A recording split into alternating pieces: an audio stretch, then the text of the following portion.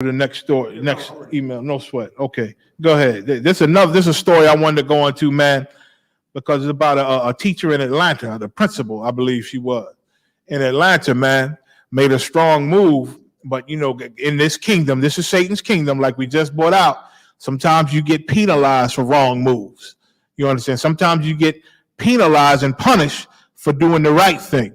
You understand? Read. It doesn't matter what her intentions were. Tensions rise as parents speak out in support of black principal accused of segregating kids at Atlanta school. And a lot of the black parents, man, they stood with the sister, man. They stood with the sister. What she did, she took the minority of black kids that were sitting in these white classrooms, like 2 kids to a whole classroom of white people, and she understood that we learn different. You know what I'm saying? And when we sitting amongst a bunch of them, which is really their parents, trying to better their children and think they got to put them amongst a bunch of oppressors, you understand? This principal realized that, our babies learn different, man. We got a different spirit in us. So with COVID and everything that's going on, she was trying to bring them together so they can get the proper education, man, which, America don't like that. They like you to sit in the class and be the minority and get made fun of and get picked on and the teachers treat you different. You know what I'm saying? You like the weirdo in the class because everybody got pale skin and blue eyes. You understand? They can all relate to each other, but how we talk and how we act, is looked down on. So we in there with all them and we try to be just like them. We try to become them. You understand? Sitting in them classes, the same thing them traitors in Afghanistan did, try to become like the oppressor. You understand? And then find out in the end, the oppressor will never accept you. You understand? So this principal made a bold move and tried to put the black kids together. She made 2 classrooms where all these black kids get to attend. Read. No sweat. And that's a power move, man, because that's the spirit of the Lord.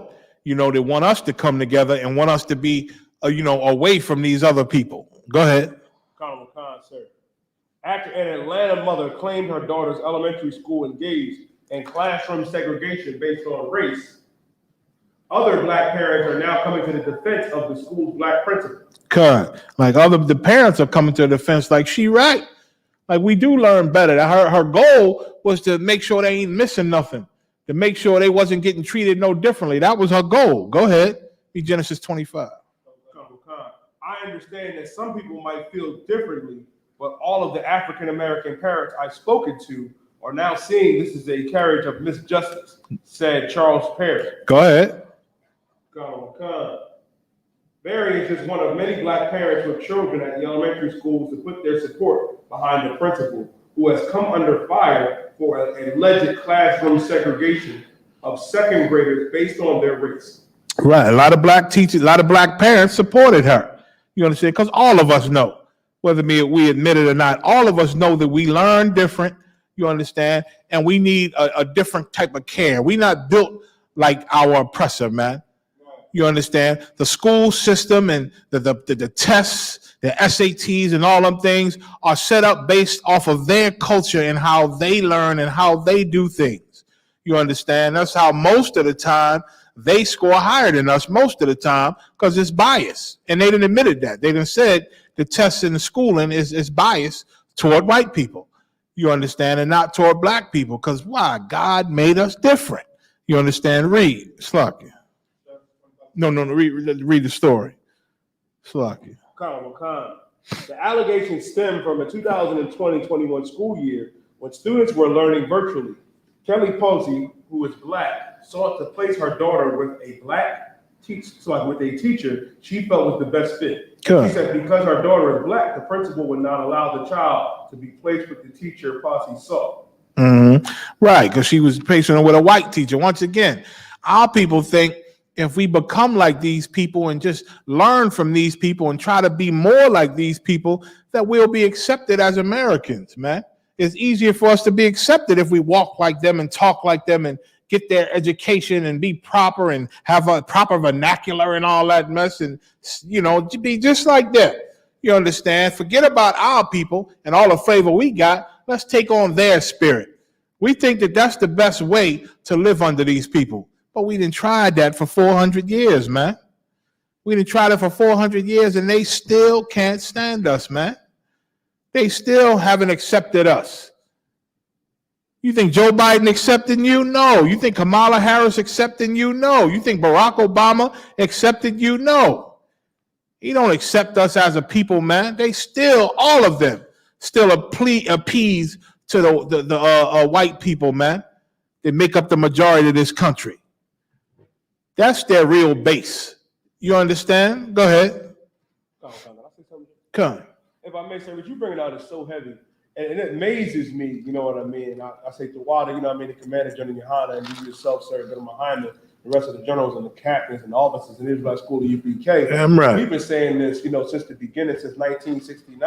There was another story about how it said that black babies were better off with black doctors and nurses. Yeah. And it goes to show you that our babies are better off, you know what I mean, with black doctors and black nurses, and our children are better off with black teachers because they're trying to push critical race theory out the curriculum. And now, you know what I mean, you got at least some of our people that have some sense to say, man, our people need to be with our own because we know the oppressor does not care about us at all. Sorry, so that was Cut. No sweat the water. You understand? Like we don't. They don't care for us like we care for us. right. You understand? Like, why would a doctor? A doctor is supposed to have made an oath, and his job is to save lives. You know what I'm saying? Help people. But when it come to us, he do the bare minimum. Right. They do the bare minimum, man. I had to tell sisters over the years, man. Well, I said, well, so do your doctor know about this problem you got? He said, yeah, I told him about it. Well, what was done? I don't know. He ain't say nothing else about it. Did you ask him? No. How long has it been? It's been a year. Well, sis, you got to listen. These doctors don't want to treat you for nothing. Right. Not these white doctors.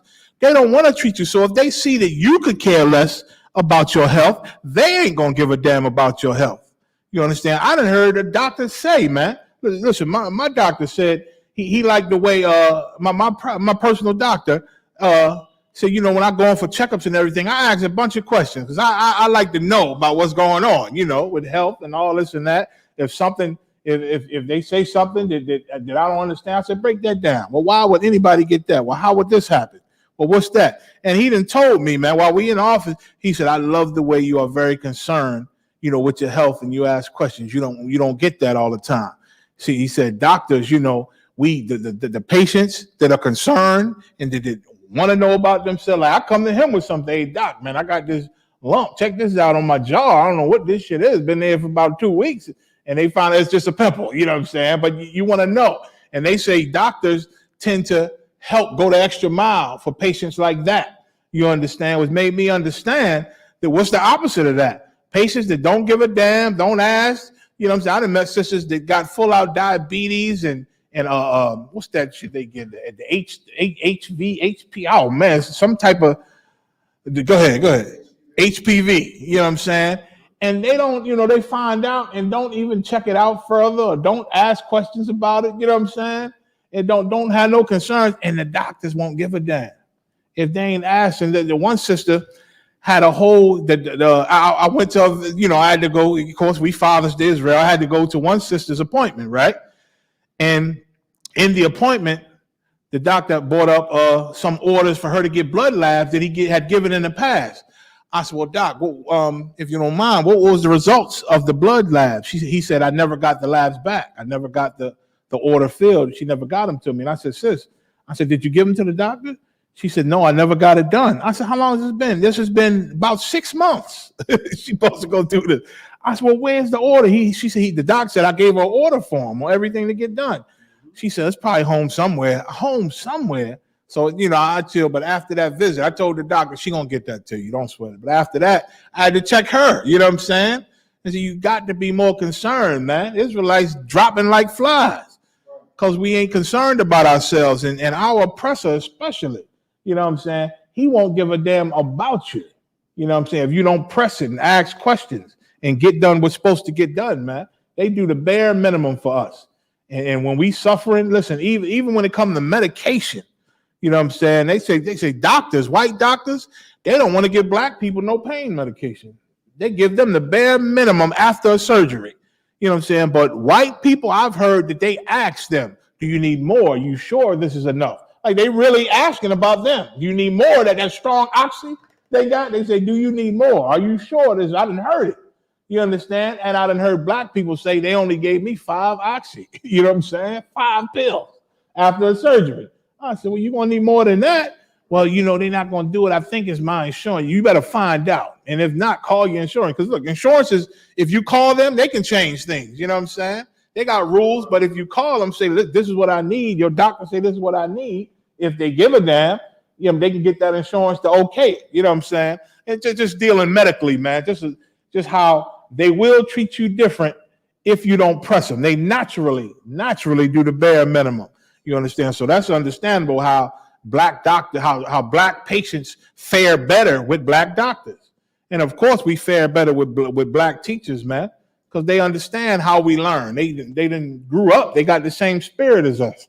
You know what I'm saying? Like white teachers got a reputation for treating little black boys very different, young, in them early ages, elementary school, they treat them very different because sometimes young black boys take a little more stern, you need a more stern approach. You understand? And they just get fed up and don't like it and send them to other classes, you know what I'm saying? And call the parents and say, y'all got to do this. It's a mess. You know what I mean? So I totally understand what you're bringing out, the water. So where we at? That's pretty much it on the story. And let me see. And I think it was something. Let me see further there. Well, that's the gist of it, though. That's the gist of it. So for time's sake, let me get Genesis. You got 25. Go to 23 first. This is the book of Genesis, 25, verse 23. And I gotta say, that's so strong of that sister, man, in Atlanta to try to do that to help the kids, man. But again, our oppressor, he don't give a damn what you're trying to help, especially if you're trying to help your own people. If it's somebody who did something that violated the laws or the rules to help white people, they would look at it. They would say, well, let's look at it and see what she was trying to do. And let's see, maybe this is a better program or a better approach. But because it's black kids she trying to do this for, ain't, the ones who in charge, they ain't trying to hear none of that. You know what I'm saying? You even had our own people, which is always the case, you understand, who trying to be like our oppressor. Our own people was mad when they heard she separated their black babies from these white folk. You understand, was trying to give them a little more exclusive care. They was mad at her and say, you just can't do that. I don't care what she was trying to do. You just can't segregate our baby. Why? Because slavery was horrible, man. And then segregation was so horrible among black people that when Martin Luther King and all your activists tried to bring us together to hold hands with our oppressor, a lot of black people said, yes, that's how we should all live. Hands across America. We all should be one. They think now they can be accepted as Americans. And so we send our kids to these white schools to learn amongst white people, no matter how much they get humiliated. Y'all remember, what was it? Was that Roe versus Wade? What was the when the little black girl had to walk through that sea of white people to be the first girl in the white school, man?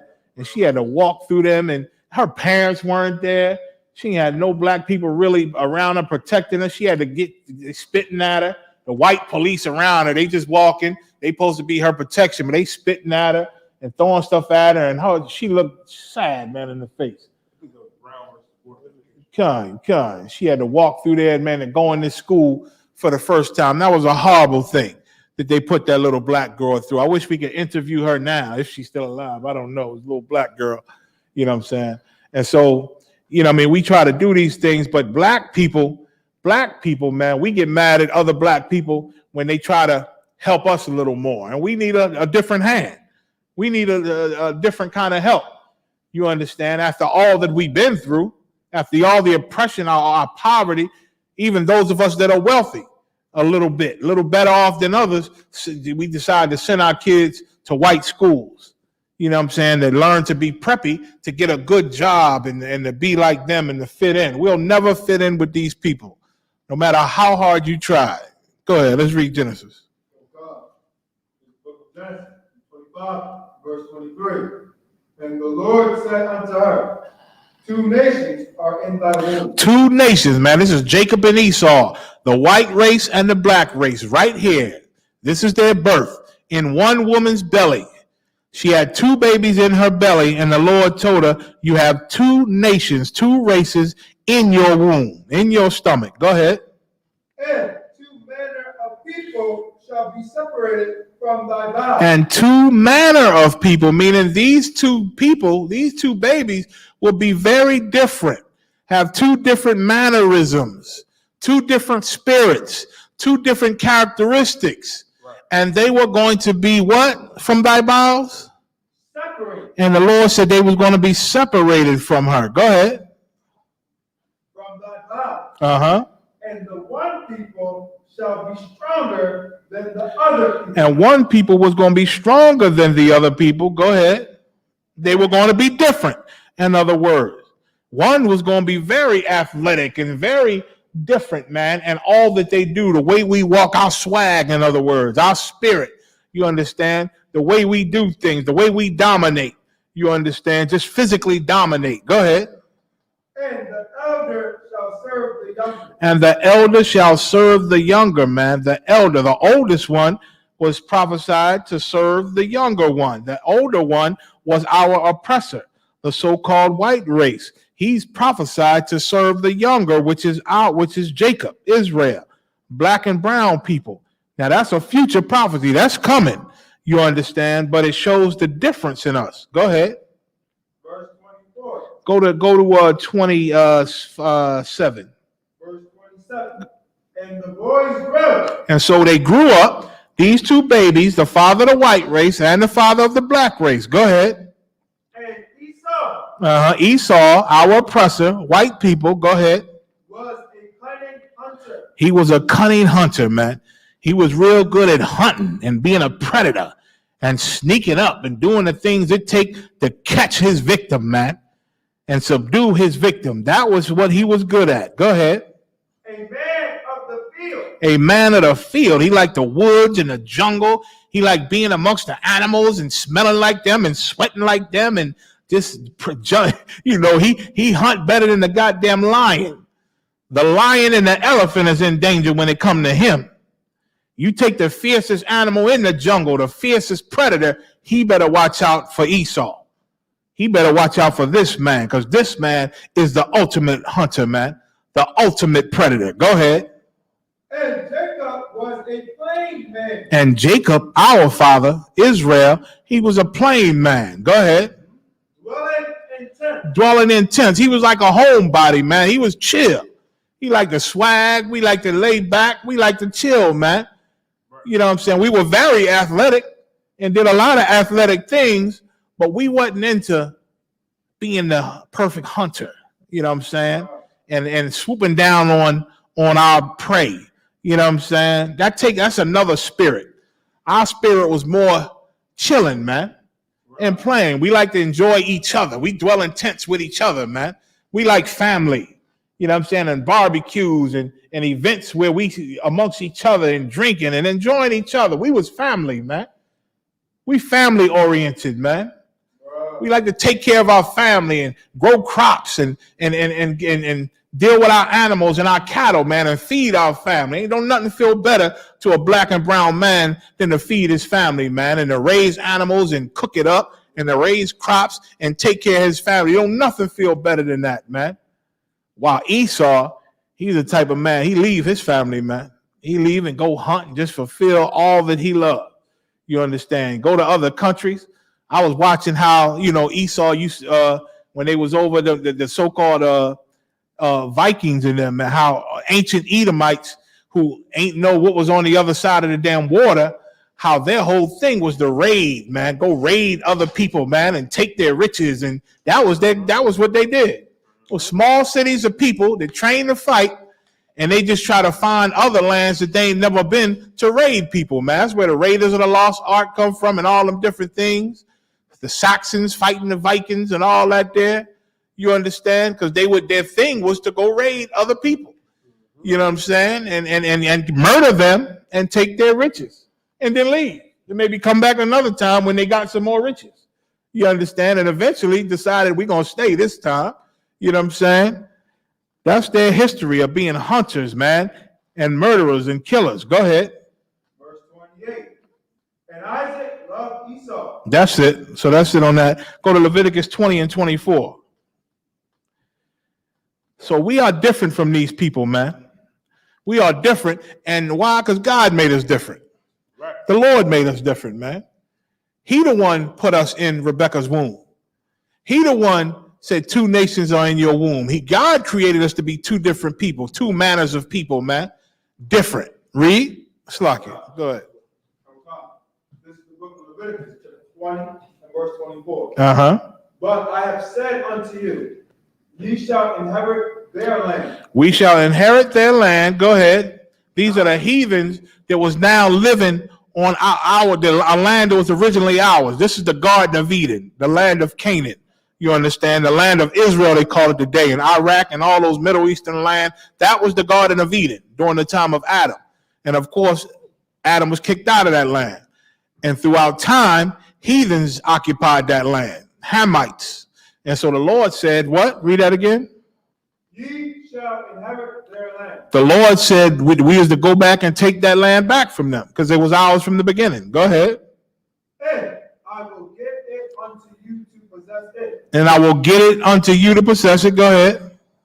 A land that floweth with milk and honey. And the Lord was going to bless this land because it's our land. And when we own it, the land becomes different. And when we not on it, the land becomes different. You understand? We got the enemy on our land right now. And the land is not prospering like it should be. Go ahead. I am the Lord your God. That's right. Which have separated you. Which have what? Separated you. Which have what? Separated you. The Most High said, I am the Lord, your God. I'm your power. Which have done what? Separated you. I have separated you. Go ahead. From other people. From other people, man. God created us to be separate from other people, man. To be separate. That's why he didn't say, go to this land, let them know that this was our land, so we want to live with you guys. No. The Lord said, go to this land and get rid of those people. Get rid of those heathens that occupy the land because you are different. The Lord separated you from them. So no, you can't go there and live amongst them. Get rid of them. Get rid of them. Go ahead. Verse 25. Ye shall therefore put difference. Put what? Ye shall therefore put difference. Put difference, man. Difference. And that's what separated mean. The Lord said we are to be separated, who has separated us from other people. Why? Because we are to be different. I keep bringing that up. That's what separate means. It means different. That's what holy means. It means different. We are different from these people, man. We learn different. We walk different. We talk different. You understand? We do everything different, man. Like Nahar said, they want to be Tarzan, man. We don't want to swing from trees. You know what I'm saying? We don't want to sit with the goddamn gorillas, man, and be at peace. That's what our oppressor does. He liked to go in that jungle and sit amongst the monkeys. He know he got to sit for a distance and act like the monkey. Till the monkey look at him and say, what the hell is this? Then the monkey get a little closer. The monkey get a little closer until the monkey is actually sitting next to the white man in the jungle. And the white man trying to grunt and act like them. And he become friends with them until eventually he kill and slaughter all the monkeys. That's what he does. He win their trust and then he murders them. That's what he does. That's how he got all these businesses and roads. Once upon a time, I'm in Pennsylvania. Pennsylvania was a lot. It was like woodland, man, trees and land. Until he chased all the animals out, did it all over the country, man. Chased all the animals away, murdered all the animals, and then built roads and businesses and highways. So he can get this money, man, and transport this money. That's what he does. We are different. Read the last line again. Ye shall therefore put difference between clean beasts and unclean. We were so different that the Lord said we ought to put a difference between clean and unclean beasts. Now, was the heathen, our oppressor, he wasn't doing that. He ain't had no rules to separate, I'm going to eat this and I'm not going to eat that. But we did. Israelites did. Why? Because we are different. And the Lord was separating us from these people, man. Because why? From the belly, from the womb, we were going to be separate. Read. And between unclean fowls and clean. Go ahead, and we were supposed to separate between the birds. You know, the things we to eat, man. There was a difference, man. Like it was a difference between us and other people. the Lord said there's a difference between all these animals I created. Go ahead. And ye shall not make your souls abominable by beasts. You hear that? The Lord said, don't make your souls abominable. Why? Because these other people, these other races and heathens, they make themselves abominable with beasts and fowls and all that. And the Lord told us to be different from them. We were to be different from them, and we weren't to make our souls abominable, which is ugly and evil to the Lord. Go ahead. Or by fire. Go ahead. Or by any manner of living thing that creepeth on the ground. That's why we have a dietary law in the Bible. The Lord tells us what to eat and what not to eat. Why? Because we are different, and we ain't to be common, which is another word, common. We ain't to be like everybody else. Common means the same. See, holy and separate, it means different. That's us being different from other people like God wanted us to be. Because while all the other people, the nations, they are common. They are the same. That's what common means. The same. There's nothing different between them. They're all the same. They eat whatever wiggle from under a rock. They taste whatever they can sprinkle salt on, anything. If it come out of your body, it come out of the human body, they sprinkle a little salt on it and taste it. They taste every damn thing because they just common people eating the common things. They just do the same as everybody else. We are not allowed to do the same things they do. We are not allowed to be the same as them. We are not common. Read. Which I have separated from you as unclean. The Lord made it unclean. Read. Verse 26. And ye shall be holy unto me. Listen closely. The Lord said we are to be holy to him. Go ahead. For I, the Lord, am holy. Why? Because God is holy. What other God is like the Most High? Zero. None of them. There's no God, power, anything that is worship. Nothing is like the Most High. He is the living God. You understand? He is the Most High God. You understand? Read that again, the last line. For I, the Lord, am holy. The Lord said he's holy, which means, once again, different. He is not the same. He is not common. Our God is different from their gods. Read. And have severed you from other people. Read again. And have severed. Have severed you. What's another word for severed? What he say in 24? Separate. To separate you. To cut you away from something else. That's what sever means. I'm going to peel you away from these people. I'm going to peel you away from their customs. I'm going to peel you away from their traditions. Why? Because you are to be holy. You are to be different from them. Read. And have severed you from other people. That's the end. That ye should be mine. That ye should be mine. Because you can't be the Lord's living like a white man. You can't be the Lord's living like the Chinese and the Japanese. A lot of you didn't ran because the white people are so horrible and so oppressive. A lot of you trying to run to Africa now and live amongst a whole nother heathen that's not our people, man. You can't be the Lord's being like the Africans. Neither can you be the Lord's living like the white people, man. You have to be different, holy, separate. Go to Acts 10 and 11.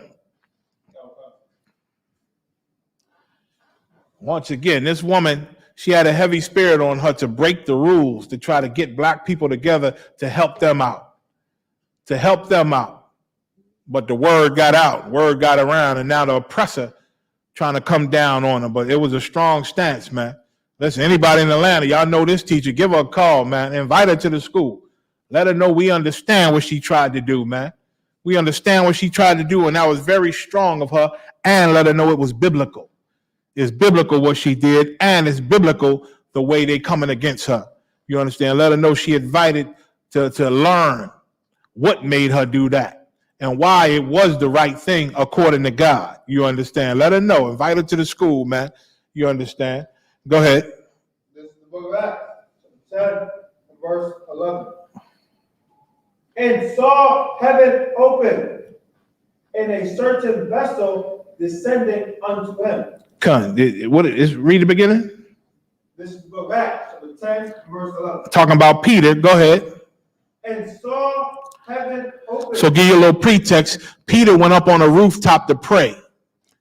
He was home. He went on the rooftop. He had servants in the house. He went on the rooftop to pray to the Lord and pray for hours. And then he saw heaven open. The Lord gave him a vision. Go ahead. And a certain vessel descended unto him. Go ahead.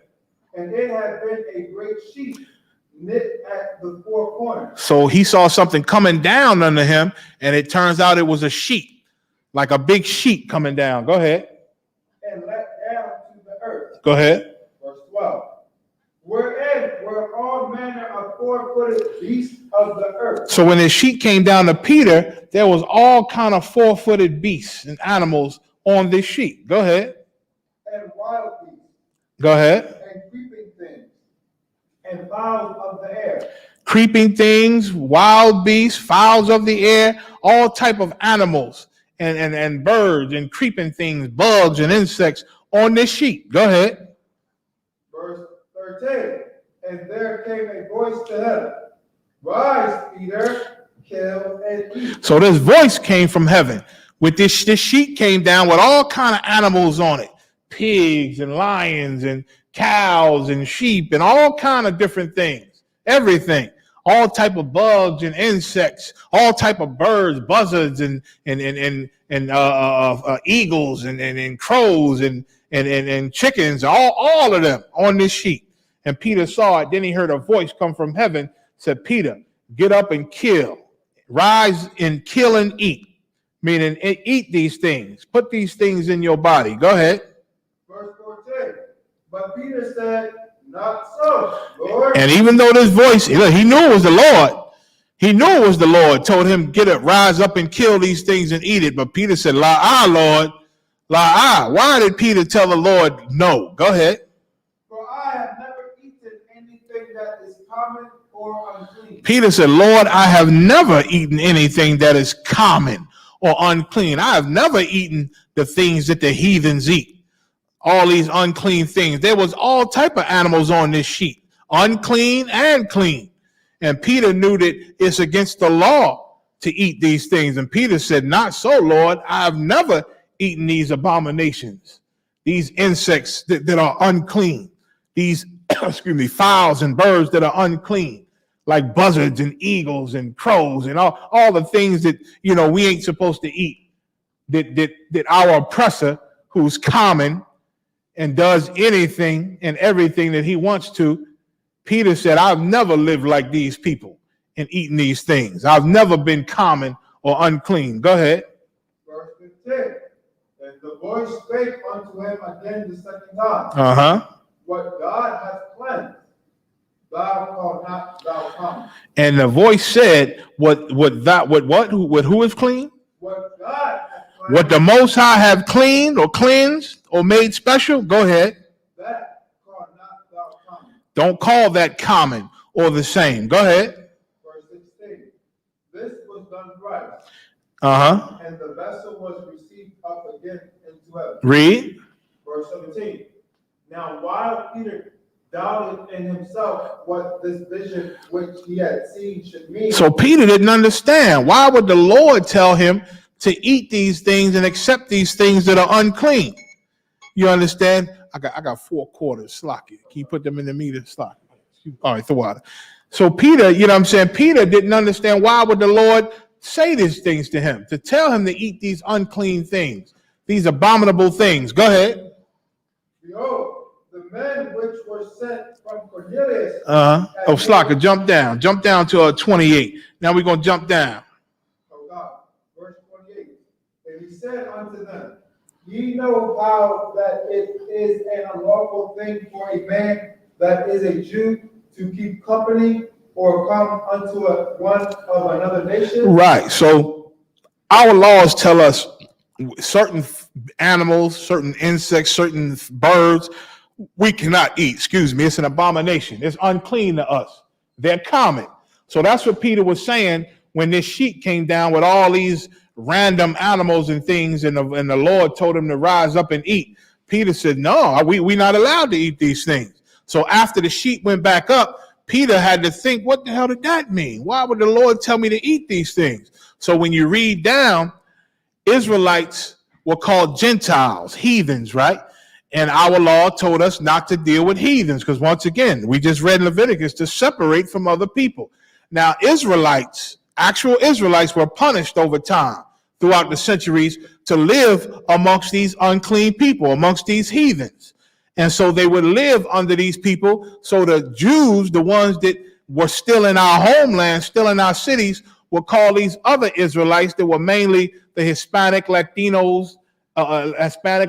and Indian tribes. They would call them Gentiles or heathen. The Jews would. You understand? So they was like unclean because we know they were cursed by God to be punished, to live amongst the heathen. So they were like heathens to the Jews. You understand? And so, of course, eventually Judah became heathens just like the other Israelites. You understand? We all was cast out. But at this time, the other tribes were cast out and the Jews were like, these are heathens. So when Cornelius came to Peter, he knew he was one of these rejected Jews living like heathens. So when he saw Cornelius, he said, it is unlawful for somebody that's a Jew to keep company with what? Read it again.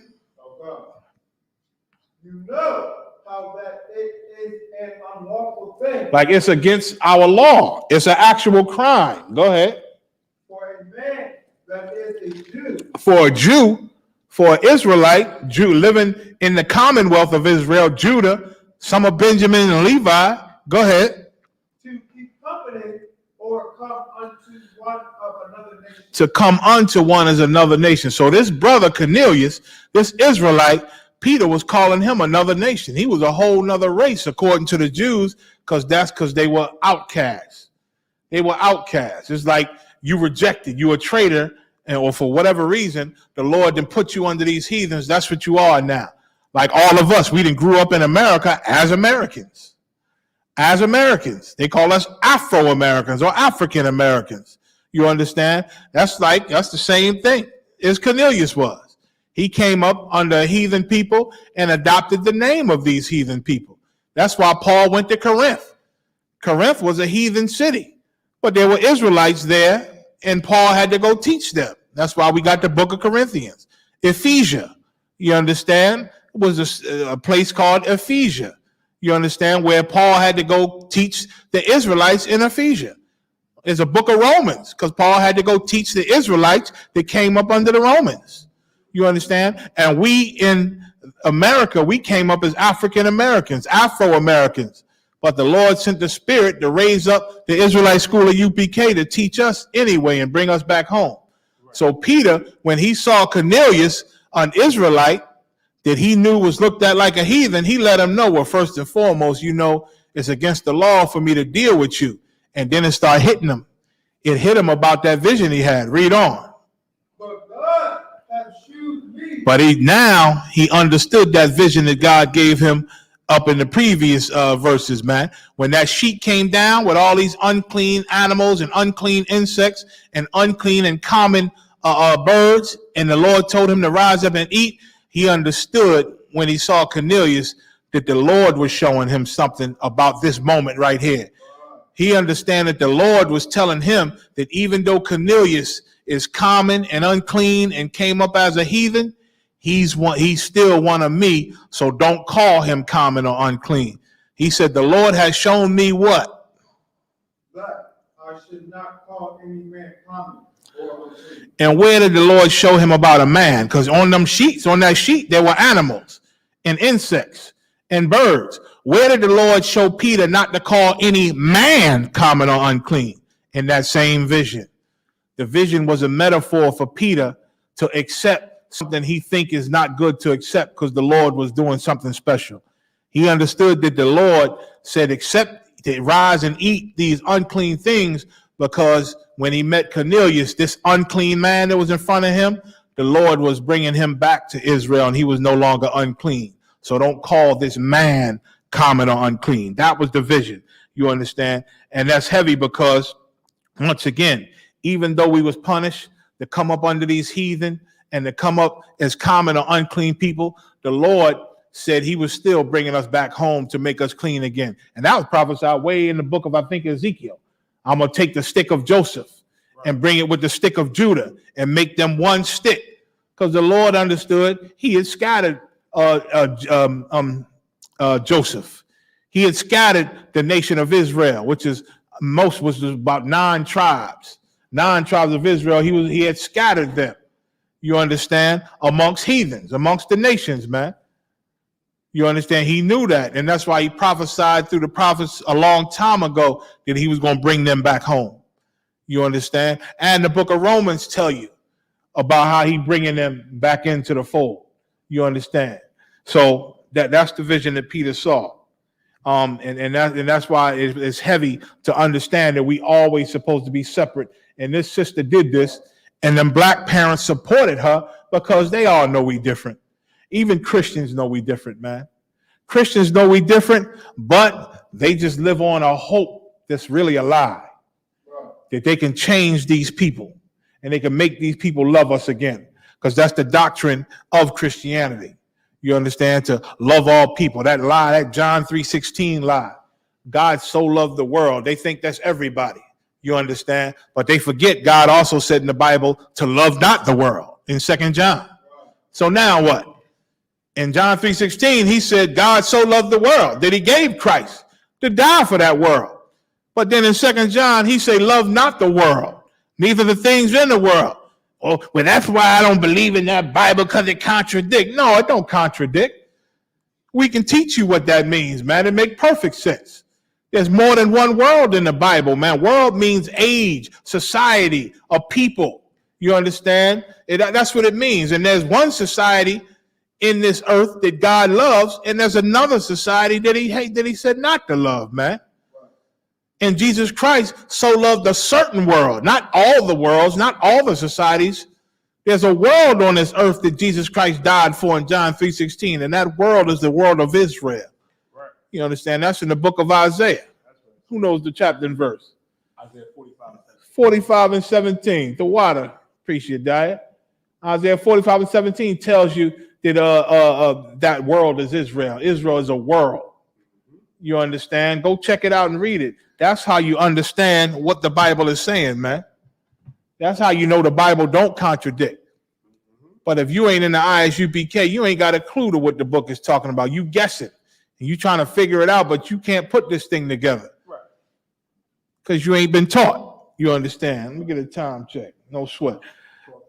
Come.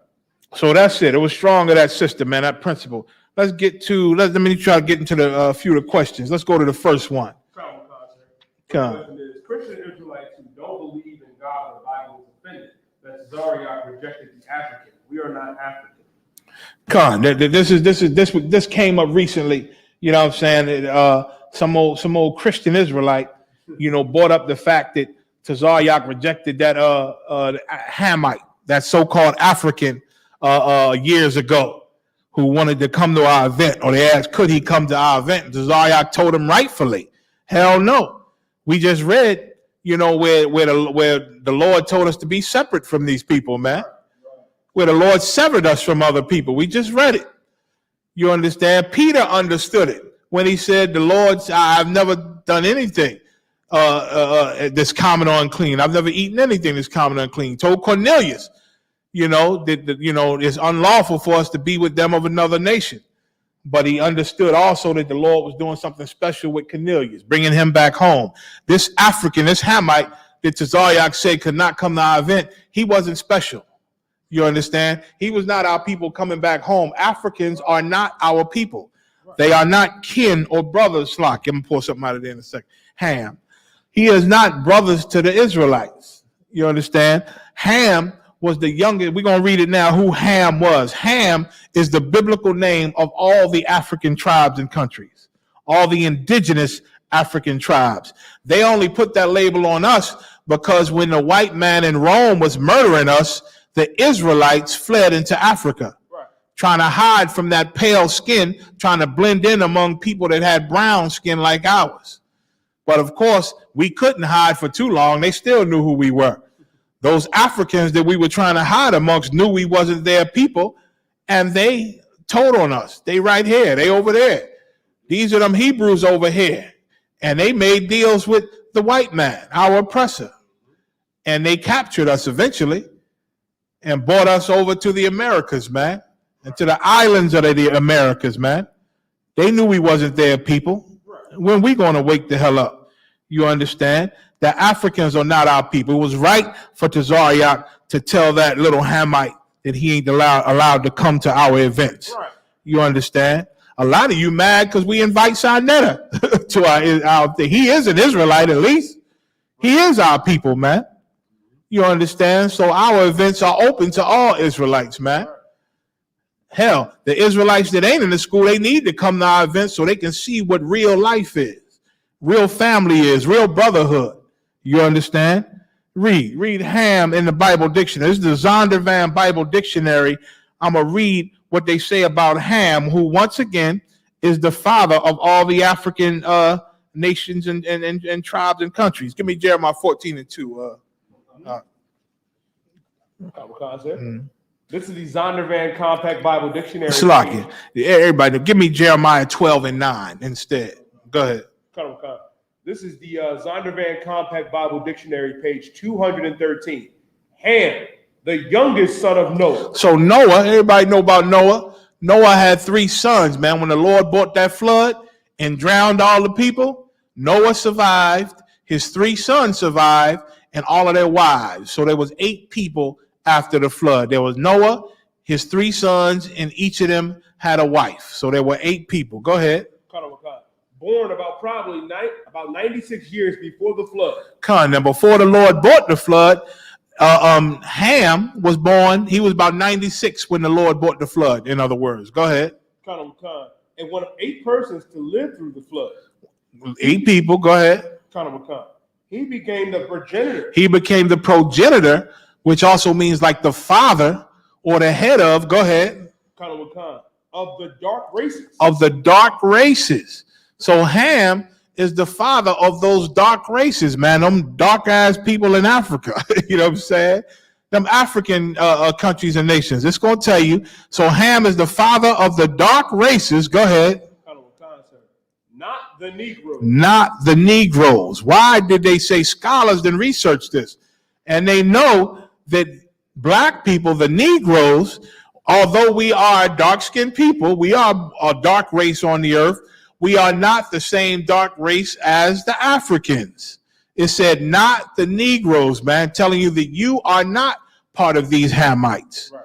You are not them. You are different from them, although you are dark, although you are brown. They're brown too. So are the Arabs. The Arabs are brown too.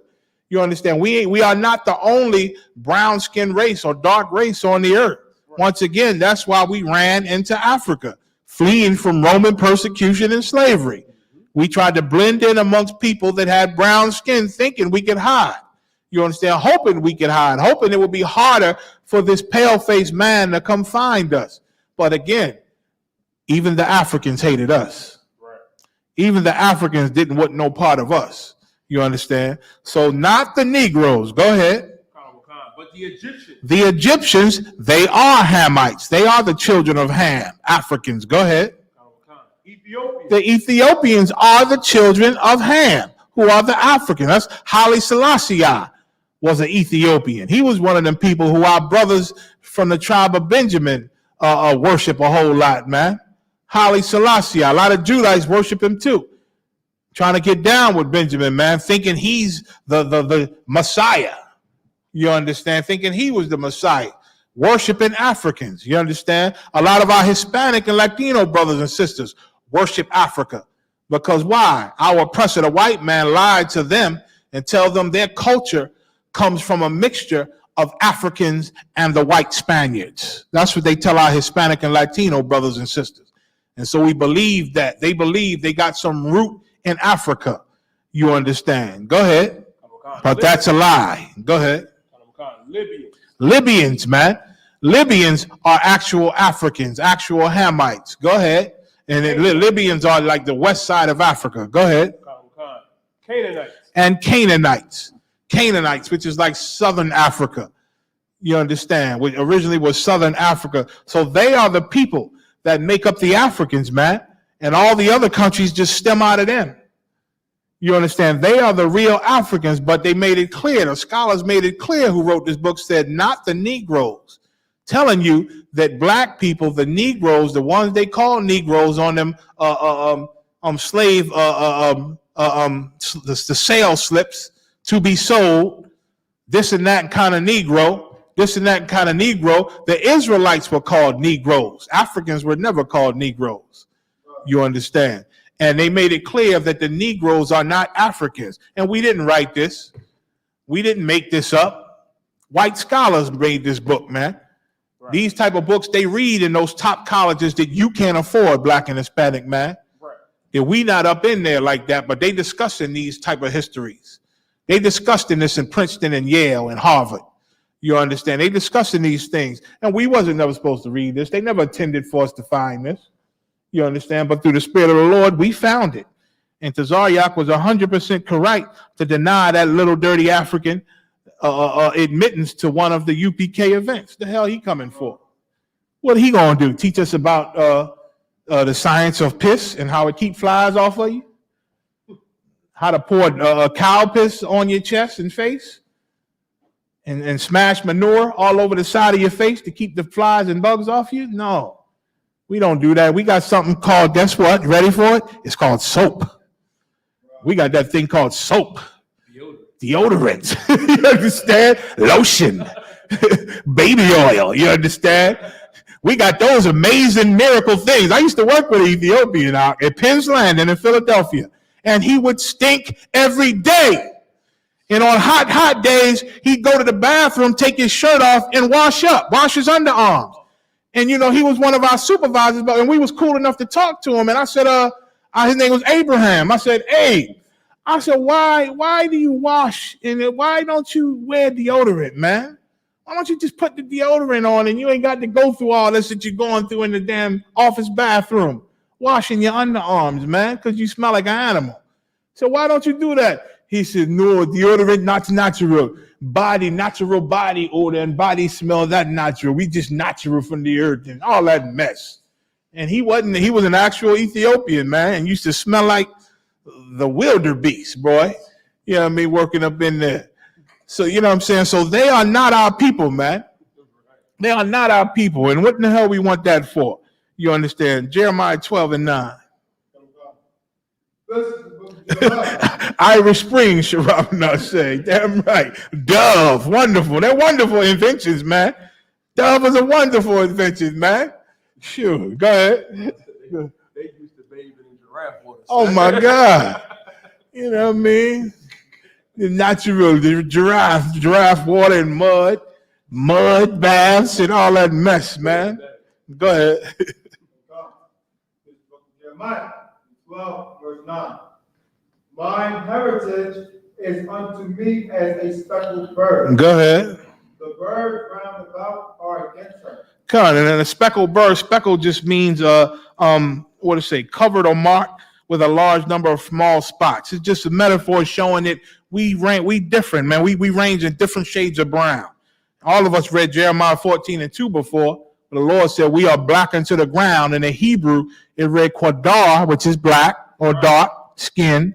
La aratazah, meaning to the earth. We are dark skin or black, just like the earth is, man. The earth's soil is different shades of brown. We stem from a light sandy brown to a dark chocolate brown. That's what the 12 tribes, that's how we roll, man. That's what we are. And the Lord called us a speckled bird, man. You understand? So that we different shades of brown, but it don't mean we the same as these heathens, man. It don't mean we the same. Don't be fooled because other brown people claim us. You got a lot of brown people walking this earth who are not us. I'm going to break a lot of hearts right now, but Bob Marley is not an Israelite. Neither are none of his sons. I forget their name. Neither is none of them Marley's sons. None of them are Israelites. Why? Because Bob Marley's daddy is an Edomite. Right. You understand? And now an Edomite lay down with somebody brown skin, you know, the child might come out with brown skin. That's genetics. You understand? But it don't mean they are people. That's why the Lord said in the end, the angels are going to separate the harvest and he's going to separate the tare from the wheats. We are the wheat. Israelites, 12 tribes, black and brown people, but there's a lot of tares sown in amongst us. A lot of infiltrators sown in amongst us who we think is our people, man. I know a lot of y'all grew up on them twins. It just might be a little older than some of you young brothers, Tia and Tamara, sister, that show. They are not our people, man. They got brown skin, but they're not ours. You understand? They're not ours. Diana Ross's daughter, that sister on Blackish, what's his name? What's the brother? Anthony Anderson. His wife on Blackish, that's Diana Ross's daughter. And though she full of meat, and she brown like us, she is not an Israelite. Diana Ross laid with an Edomite and produced her. You understand? Kamala Harris, she brown and y'all think she black. You understand? And white racists may call her a nigger because she brown or whatever. Might have called Barack Obama a nigger. But they are not our people, man. They are not our people. They are not the seed of Israel. They are not the seed of Israel. So, Tracy Ross, that's her name. God, they're not our people. And it's a ton more. It's a ton more of them, man. So Tazariak was absolutely right by denying that Hamite. And you Christian Israelites got a lot of nerve, man. I thought Christian Israelites knew a little something, but I see they dumb as hell. Because he also said after that, Tazariak didn't let the little black boy. How you going to not let a black boy? He black. Yet you got guys real light-skinned standing next to you in camp. Yeah, we got light-skinned brothers and sisters in our camp. Once again, we stem from a light sandy brown to a dark chocolate brown. And it ain't about your complexion. I thought you loved Martin Luther King. It's not the color of your skin, but the content of your character. You understand? If your father is an Israelite, you are an Israelite. Right. If your father is amongst the 12 tribes, it don't matter what complexion you look like. You are an Israelite. And don't let nobody take that away from you. You understand? Hell, we come out the same womb as Edomites. But that don't make us family with them. And it don't make them no closer to us than the Africans who did not come out the same womb to us. The Africans are disgusting and our oppressor is disgusting. Both of them. You understand? Both of them. So let me get so anything you want to say? Y'all good? Let's go to 2 real quick. Can you break down Isaiah 47 and verse 12 through 15? Con. Let's go. Let's get that. Isaiah 47 and 12 to 15. Let's start at 11. And this is one of my favorite chapters anyway. Right. You know what I'm saying? This is where the Lord challenging Esau to stop him from bringing them down if they dare. If they so smart, if they so strong, come on and stop me from doing what I'm going to do to you. That's the Most High flexing on Esau in this chapter, and I love it. But the brother want to break down of 12 to 15. Let's start at 11.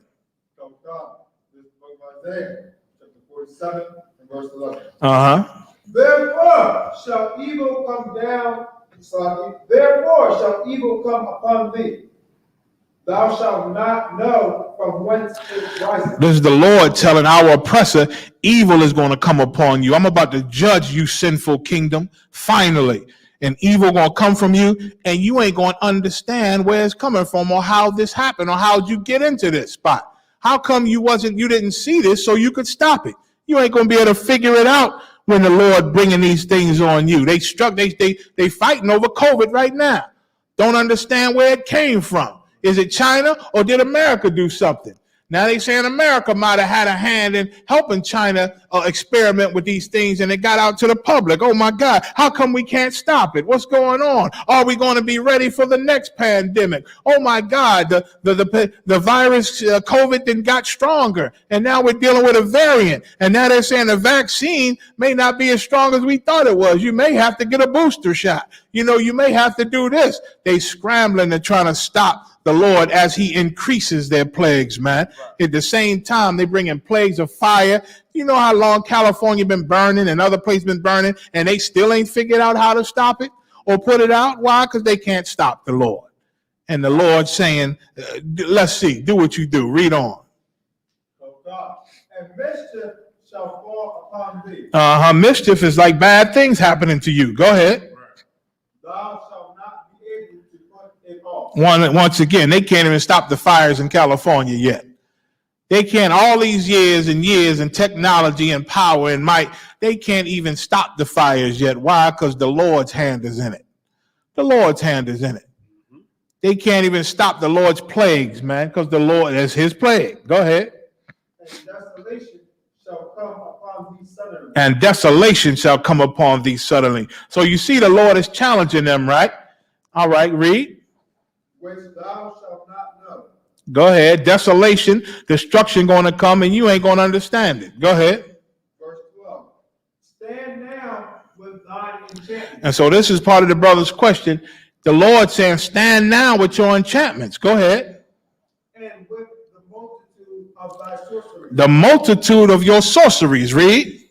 Wherein thou hast labored from thy youth. And these enchantments, these sorcerers, these people that give America counsel and advice when they sit at their crafty councils, they've been working with these people from their youth. They have labored with them from their youth. This is America's counselors. They're advisors. They sit in secret rooms, you understand, and discuss how they're going to run the world, how they're going to solve the problems of the world to America's benefit, how they're going to stop this war, what war should they start, how are they going to deal with these people in the ghetto, how should they approach the police murdering us day to day, how should they approach the court systems when they're unjust, how do we put it out there to the public that our people aren't so bad that they should worry about these people that are the minority. We should make them to be the greatest threat. How do we do these things? All these get discussed in these secret rooms, including how to stop this God that's prophesied to come save these people. Right. Including how do we stop these things that's prophesied to come out of the sky as UFOs? How do we stop these unidentified objects? How do we figure out what they are? How do we fight against them? Let's prepare for this. So they got a whole council that they work with and advisors to try to solve these problems. Go ahead. If so, thou shalt be able to profit. If so be, thou shalt be able to profit. If your counselors and your advisors, who are your enchanters and your sorcerers and your witches, which are your scientists, your smart people, your scholars, your war analysis people, the people that handle your finances, the people that handle your psyops, your psychological warfares, and all them things that they use to quell the mind of the average citizen. They sit with all these people to come up with a plan to keep America from going into full chaos and civil war. You understand? Read. If so, be thou mayest prevail. If you able, if they so bad, then maybe you'll prevail. Maybe you'll beat me. Go ahead. Verse 13. Thou art weary in the multitude of thy counsels. All your counsels and your advisors, it's a waste of time. You trying hard to figure it out. You trying hard how to stop me. Donald Trump started the Star Wars. No, he started, what do you call it? The Space Force. Ronald Reagan started the Star Wars Space Initiative during his time. Why? Because they know, and they don't discuss this with the average citizen, but the president and the top people in his cabinet and the people that's above the president who giving all the money and running this world, who they try to cater to, they know that there's a force out there in the space that's supposed to come and destroy America, man. They know the prophecies that's coming. They've been hearing us, number one, and they got scholars that study everything we say, everything that UPK been bringing out. They study it, and they see the prophecies, and they prepare for it. The Lord is saying, let's see if you could beat them. You so worried in your councils. You so worried in all your secret meetings on how you going to stop me, how you going to stop what I send, my plagues, how you going to keep my people down. Go ahead. Let now the astrologers. The stargazers. Like they go to everybody, the stargazers, astrologers, anybody that could pull something out of the air that they believe could pull something out of the air from the fourth dimension to give them some insight on what's about to happen and how they can stop it. These are the people who they counsel with to figure this out. And once again, it said they done labored with these people from thy youth. They've always had these type of counselors to try to help them and figure things out. Go ahead. Ever since America's inception. Go ahead. The monthly prognosticators. stand up and save thee from these things. Let your counselors save you from me. These things is me and what I do. The things that the Most High put on them. Let's see if your counselors and advisors and your witches and your scientists and your psychologists, let's see if they can stop what I'm bringing on you. And all your doctors, let's see if they can stop what I bring. Read. That shall come upon thee. Because I'm bringing it on you, and it's going to come upon you. Let's see if y'all can stop it. Let's see if your people can help you and advise you to stop me. Go ahead. Verse 14. Behold, they shall be as stubble. They shall be as stubble. Who's the they? Who can tell me online or in the class? Who can tell me who's the they? Behold, they shall be as stubble. So I know I figured out that a lot of brothers don't understand this part. So I understand your question about these verses. They shall be as stubble. Who's the they? Anybody online? No sweat, no sweat. Read on. Read that again. Behold, they shall be as stubble. They shall be as stubble. Go ahead. The fire shall burn them. The fire shall burn them. They shall be as stubble, and the fire shall burn them. Read. They shall not deliver themselves from the power of the flame. And they shall not deliver themselves from the power of the flame. Anybody understand who it's talking about so far? Who's the they? Nobody? Yeah? Nobody online. No sweat, no sweat. I'll give it to you. I'll give it to you. The they is talking, you would think, who would you think it's talking about? Just from the chapter. You give it a shot, Ibad, or you die, either one. Go ahead, Ibad. Good. And what was you going to say? I was going to say all the heathen and all of that, on the day of Christ's return. No sweat, but the answer is Ibad. Ibad is correct. It's actually talking about the counselors who counsel the people you're talking about. You understand? Because they weary themselves with these advisors and counselors to try to help them save them from what the Lord is bringing. Your pastor said Esau and the nations, but it's talking about the counselors who counsel Esau and the nations. You understand? So meaning, and read that again. Go up a verse to the beginning of that verse. 14, sir? Yes, 14 is good. Behold, they shall be as stubble. They shall be as stubble, mean the counselors, the ones that is advising this country. They gonna be as stubble. Go ahead. The fire shall burn them. Uh-huh. They shall not deliver themselves from the power of the flame. Read. There shall not be a coal to warm it at. Uh-huh. To warm at. Go ahead. Nor fire to sit before it. Now, this is what it's saying. It said they shall be as stubble, just simply the Lord going to destroy that counsel and their advisors. They're going to be exposed for not knowing a damn thing on how to stop what the Lord is bringing.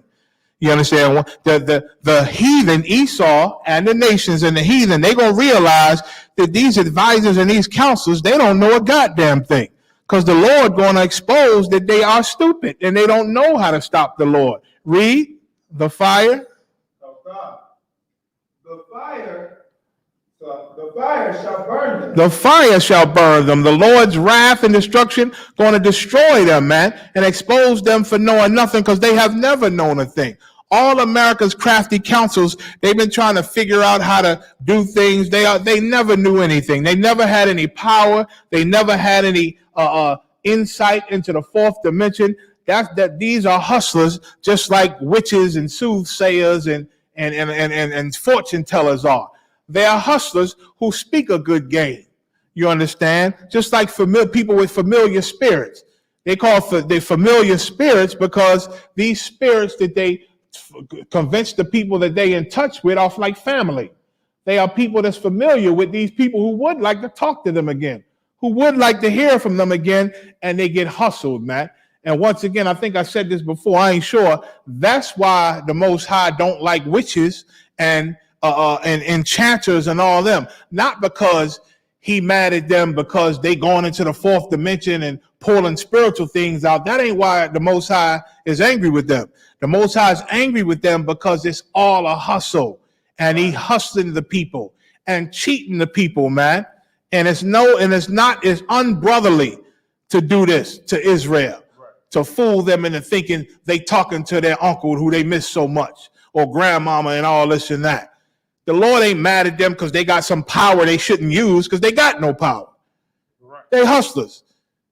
He's against this because they trick Israel, man, and fool Israel and hustle Israel.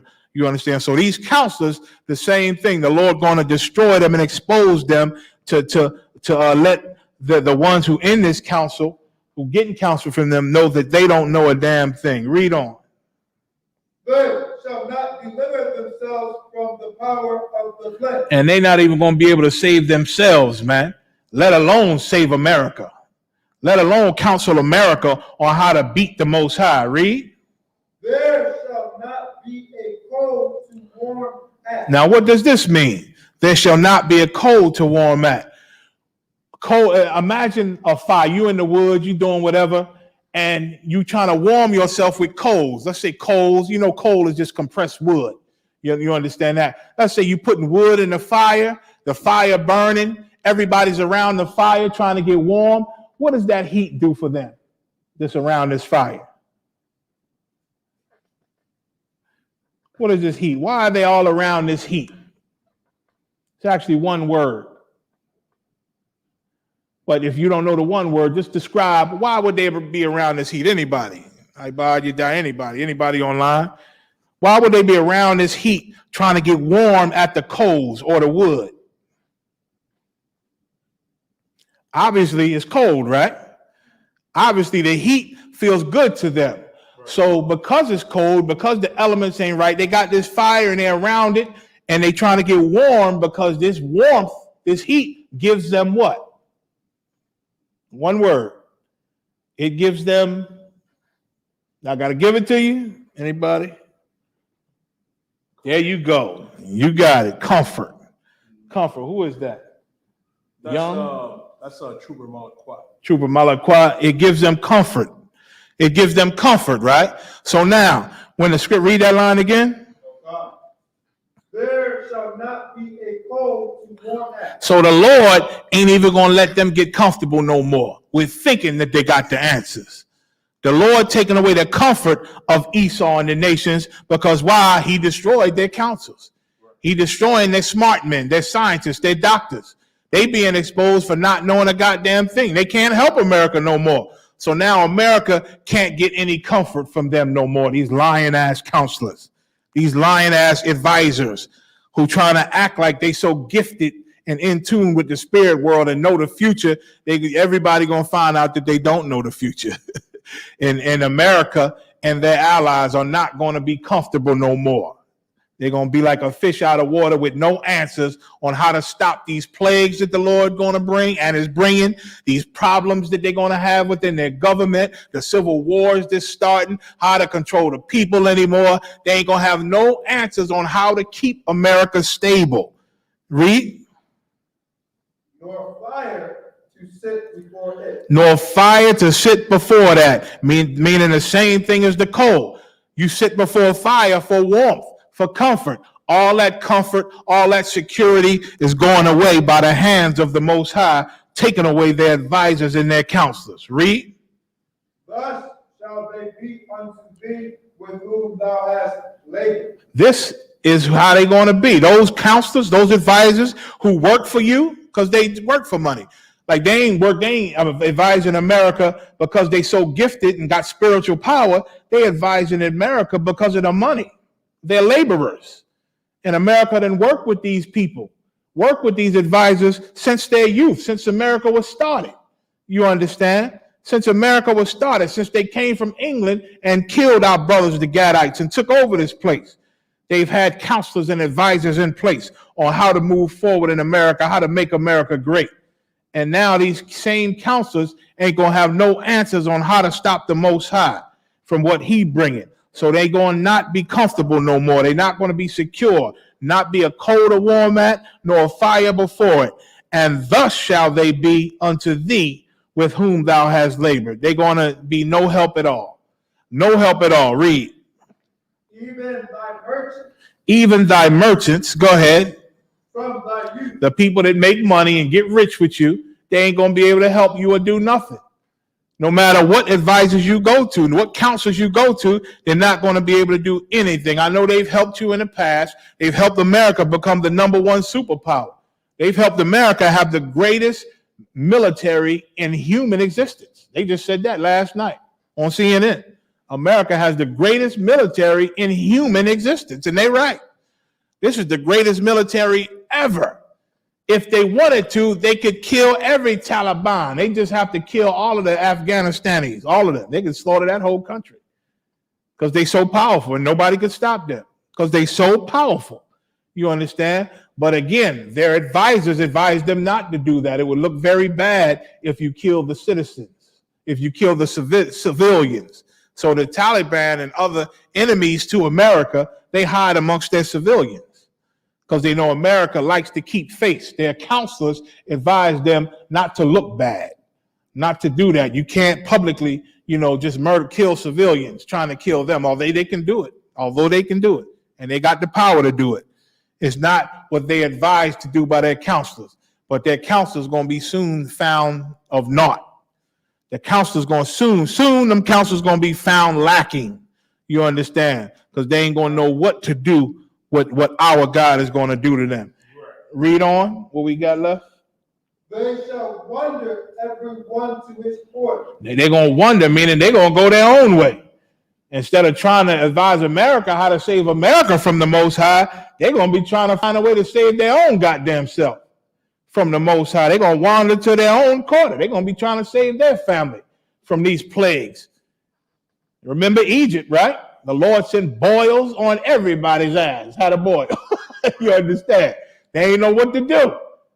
You understand? The fish was dying because the Lord poisoned the water. You understand? The plagues of locusts and flies. You understand? The botch, diseases, and all that, man. Egypt ain't know what to do. And the counselors and the witches could not help Pharaoh. Their solution was, do what the Israelites say and let them go. Let them go, Pharaoh. And we're going to come on that same time here in America, man. When his counselors and advisors fail, they're going to be looking to us to see how can we make this right? How can we stop this? What do we got to do? You understand? And they'll get the answer from the Lord too. They'll get the answer. You understand? They shall wander everyone to his corner. Go ahead. None shall save you. And ain't going to be a damn soul that's going to be able to save America, man. Nobody going to, no counselor, no witch, no scientist, no doctor, no psychologist, none of them. All of them going to try, but they're going to be found lacking, man. They're going to be found lacking, and the Most High going to have his way with this place, man. Have his way with America. So that's 15, right? No sweat. So that's what that's going into. Salaki, I'll get into the other questions next week. Hey, Thawada for tuning in, Akwathium. I appreciate it, man. Y'all come on. I'll see y'all Friday, man. What, 2 days? We'll be getting it in New York, man. And for the class, for the camp, for all the other things, man, going out at night, we're going to get it in, man. And Saturday, we're going to do the same thing. So everybody that's able to make it, we'll see y'all there, man. If not, listen, we got what, Florida coming up? We still got Texas coming up. We got Vegas coming up, man. So if you can't make it to whichever one we can. We're going to get it in, man. We love to be with y'all. And we love this brotherhood and this sisterhood, man. And we see the Lord is working more and more with us by bringing people in the world to our events that's deciding to change their lives. You understand? Like we are light to the Gentiles, man, which are our people that's in the world. Right. Our people that's in the world. Those are the Gentiles that we are light to. You understand? We like a beacon. You understand? Like they living in darkness and don't realize it till now. They see a light, something they've never seen, something that's beautiful, something that they can't figure it out. They're gonna go to it. They're gonna go to it to figure out what this is, man. And when they get there, they're gonna find Officer Ibad. They're gonna find Officer Yediah, man. They're gonna find all the hardcore captains, man, and the officers and the troopers in the ISUPK, and they're gonna learn to change their life. And they're gonna find sisters, man, that's willing to step out there and be warriors. And they don't care what the world say. They don't care if the world call them a sucker because they listening to some man. They letting some man tell them what to do. That man ain't your daddy. Well, ho, you go on and be an independent. You understand? You can't listen to no man because your daddy could never, you never listen to your daddy. And then you blame him because he don't come see your nasty behind. He don't call your nasty behind. My father ain't never around because you out here whoring, man. You probably don't even remember when he tried to tell you, don't be out here in these streets like this. But you decided to do it anyway, and he supposed to come around and hug you and kiss you anyway. You don't know where the hell you been. You trifling hussy. You can't listen to no man. Well, you're going to be forced to listen to a man one day. And what you don't know is right now you're listening to a man, but he's called the white man. This man is called the oppressor. You listen to him well. You listen to him well. He tell you to go be a whore and get this money, and you do it. I saw a show came on a couple days ago. I looked up and the TV screen said sex sells. I guess it says sex sells. It says sex sells. I thought, is this a commercial? And then they come on, and you got black women on there, man, talking about how they in the sex industry, calling men and making talking nasty and sexual and intimate to men over the phone or on the video chats and all that. They making all the money. One chick, when I saw it, it said sex sells, and then they showed two black women, and the black woman that the camera was on, she said, hell, my daughter, I know she like number 5 in sucking rod because that's my daughter. I know she at least, the 5th best or something like that. I said, whoa, I ain't want to watch no more of it, man. I turned it off. I want to hear about all that, man. How nasty our sisters then become. You understand? So I'm assuming whatever organization they doing being whores in and making all this money, that I guess her daughter is one of her top 5 girls. You understand? And blow the skin off a rod. You understand? The problem is, ain't nothing wrong with blowing the skin off a rod, but blowing the skin off of many rods is a problem. If you got your man, you do what you want with him. There's no, ain't nothing in the marriage bed unlawful. You understand? Just don't do unlawful things in the marriage bed. You understand? Right. But now you like that Samaritan woman where Yahushua told her you had many husbands, and the man you with now is not your husband because you was a whore. You understand? You can't be intimate with more than one man. That's just the rule. That's God's rule. If you being intimate with more than one man, you are a criminal. You are a criminal against God, and you should not do it, man. You should not do it. So I hope y'all enjoyed the show. Once again, send in your questions, man. I love your questions, man. Brother sent us some good questions last week. Keep them questions going if you got them. If you got them. If you at home, you got questions. If you listen to us, you got questions, send them on in. AskYouTheProphets@gmail.com or DM us at AskYouTheProphets on Facebook. Your dad catch all your questions, man. He catch them all. Send them to me if I don't get them. You know what I'm saying? And we go ahead and get into them.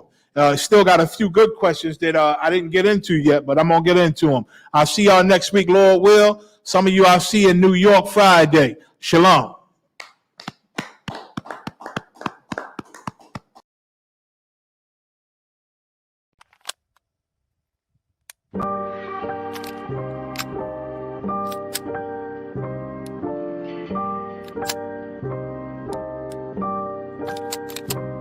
Prepare for war, just in case it's time to even the score. Say my name 3 times and I kick in the front door. No, I ain't greedy, but I'm hungry and I'm hunting for more. See, I'm a beast, bloody knuckle on all 4 with the gore. I see the ops watching, low clips, review my options. Close range with the shotty, put a hole in his body. Or should I walk up with the Glock, proceed to open his top? Either way, scope an infrared beam. It's a dead shot, pressure is really nothing. I come equipped with the drama. Disrespect, I send my niggas on the flight like Osama. Run your mouth, you might be talking through a tube to your mama. Here's the point, I ain't the type of nigga to be saying that I'ma do anything I damn sure wouldn't do. Your people talking real loud, but I'm aiming for you. Luke Skywalker, I'll be back to get your 2 live crew. So while it's popping, you shaking and you don't know what to do. Know those rounds for you. Pain. I done seen too many real niggas fall to let these fuck niggas beat me. I must bring the pain. Yeah. Pain. Yeah. I done seen too many real niggas fall to let these fucking devils beat me. I must bring the pain. Yeah. With all my might. with all in sight. I stay watching for enemies at the height of the night. Wanna catch me slipping, I know when my trigger finger is itching. I'm under mission, beating these pussies into submission. That king shit, that clap my hands twice when I mean shit. I'm on the block, calling for the rock on some fiend shit. A smooth criminal, I'm Mike J on some lean shit. Died and came back for my people, redeem shit. Devils losing their mind and now they crossing the line. Till a fist goes in your mouth and it comes out with your spine. Out of all the trees you can climb, you devils barking a vine. We still hanging from trees and still holding up signs. For my niggas, it ain't no mystery. I gotta shed blood, and if it's us against the world, then I'm coming with slugs. I got my arms stretched out, but I ain't reaching for hugs. All that love is for the matrix, so it's time to unplug the pain. I done seen too many real niggas fall to let these fuck niggas beat me. I must bring the pain. Yeah. Pain.